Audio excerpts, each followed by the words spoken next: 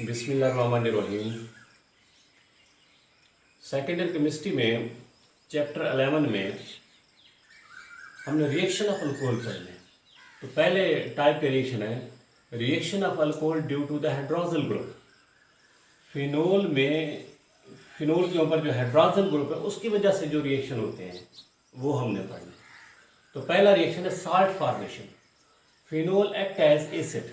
Phenol क्या होते हैं? एसिड होते हैं।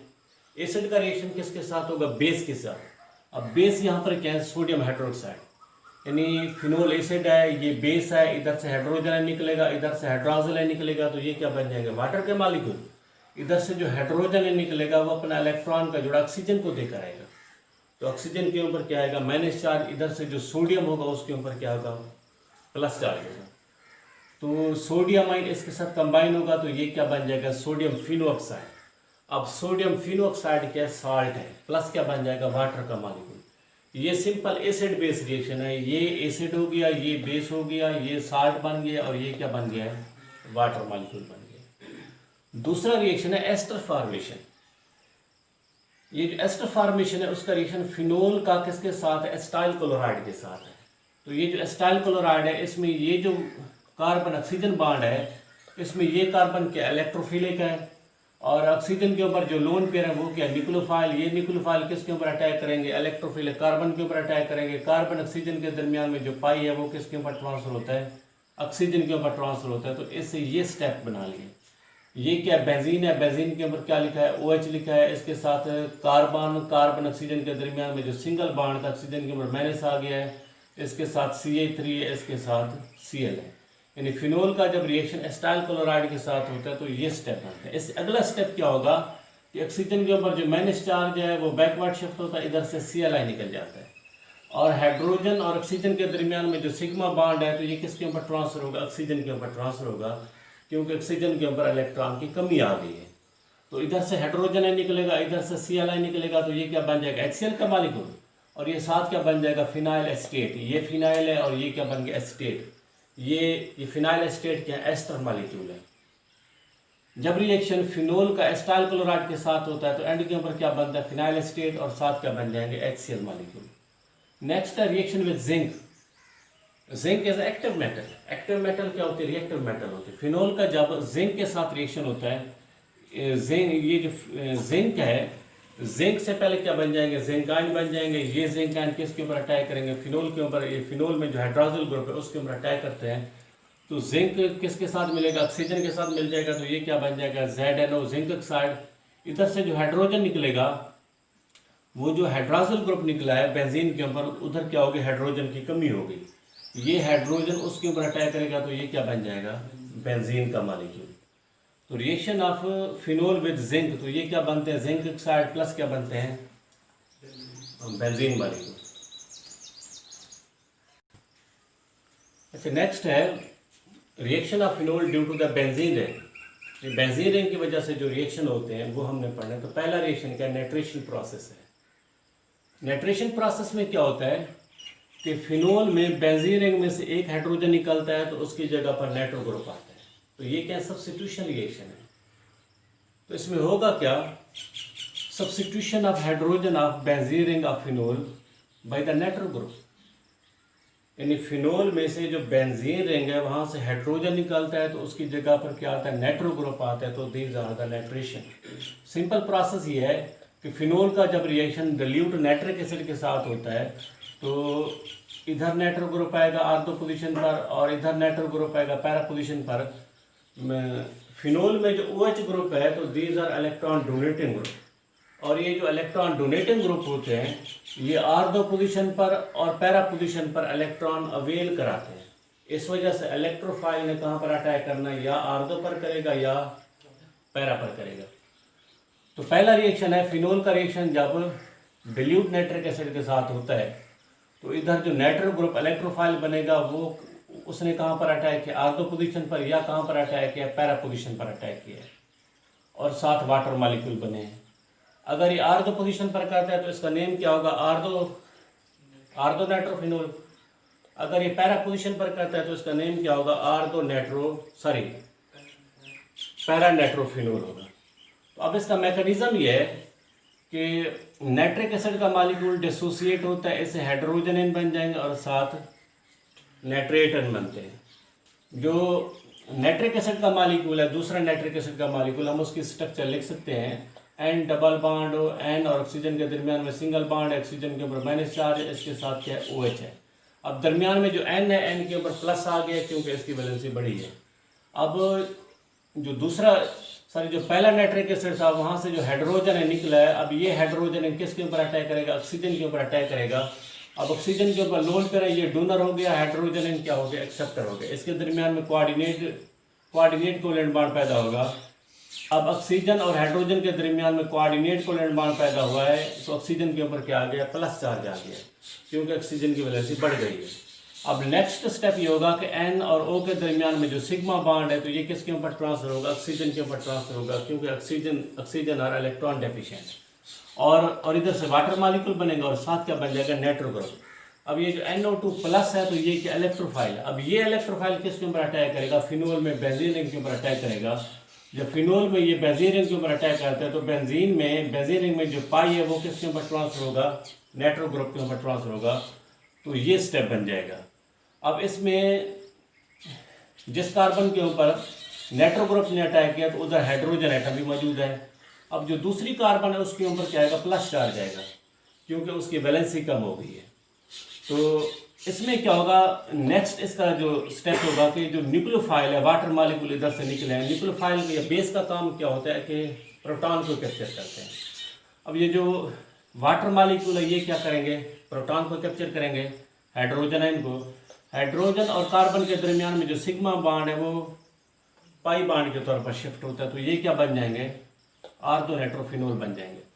इधर से जो हाइड्रोजन आयन निकलेगा वो किसके साथ मिलेगा, वाटर मॉलिक्यूल के साथ, तो ये क्या बन जाएंगे, हाइड्रोनियम आयन। बाद में ये हाइड्रोनियम आयन डिसोसिएट होंगे, इधर से हाइड्रोजन आयन निकलेगा वो किसके साथ मिलेगा, नाइट्रेट आयन के साथ, तो ये दोबारा क्या बन जाएगा, नाइट्रिक एसिड के मॉलिक्यूल बन जाएंगे।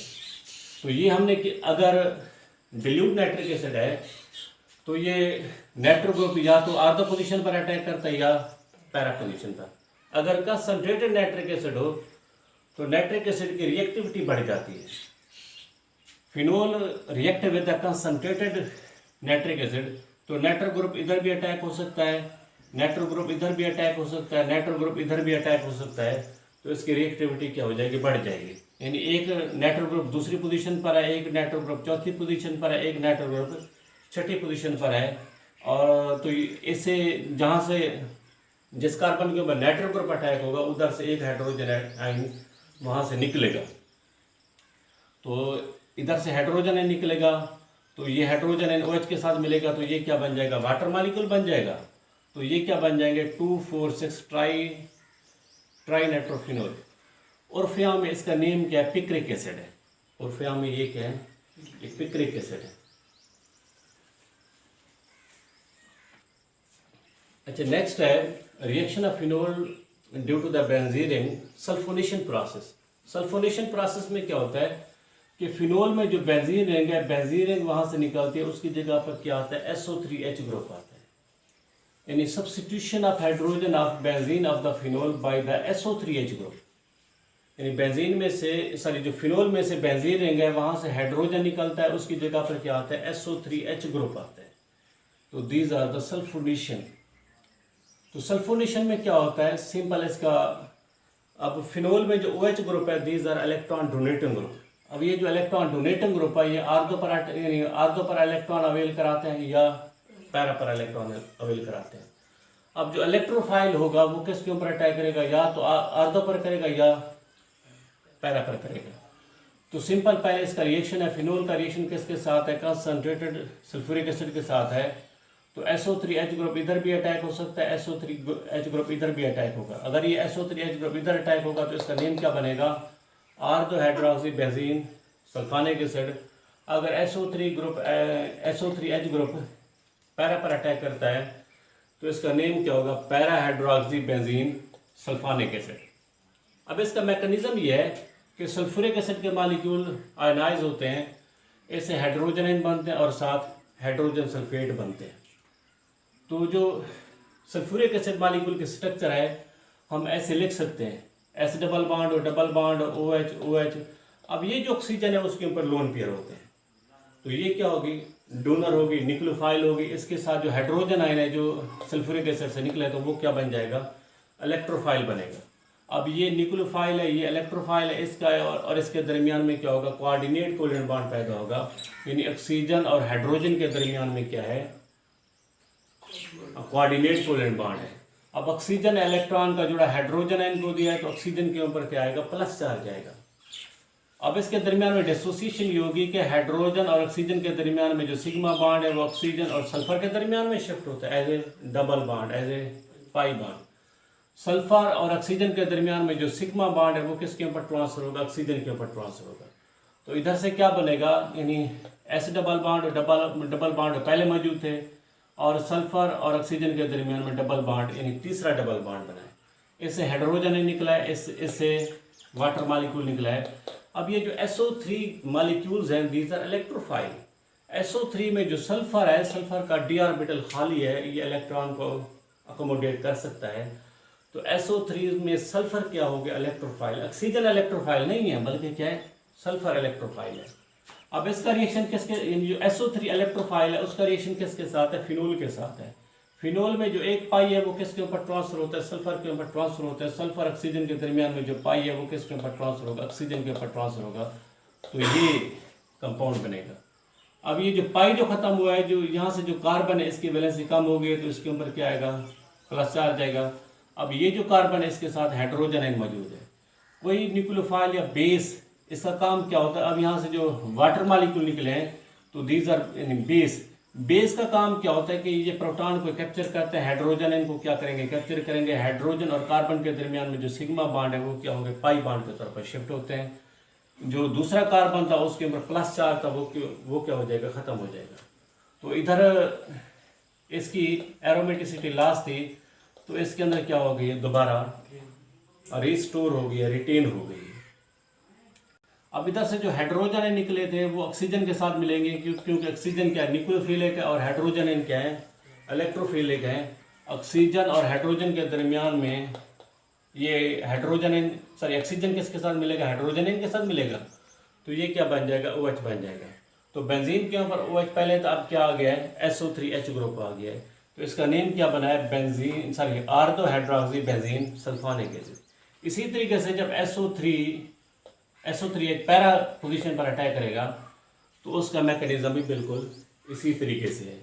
फिनोल का रिएक्शन जब कंसंट्रेटेड सल्फ्यूरिक एसिड के साथ होता है तो SO3H ग्रुप ऑर्थो पोजीशन पर अटैक करते हैं और SO3H ग्रुप पैरा पोजीशन पर अटैक करते हैं, क्योंकि इसके अंदर जो OH ग्रुप है these are electron donating group. ये जो इलेक्ट्रॉन डोनेटिंग ग्रुप है वो इलेक्ट्रॉन अवेल कहाँ पर कराते हैं, या तो ऑर्थो पोजीशन पर कराते हैं या पैरा पोजीशन पर। इस वजह से SO3H ग्रुप या तो ऑर्थो पर अटैक करते हैं या पैरा पर अटैक करते हैं।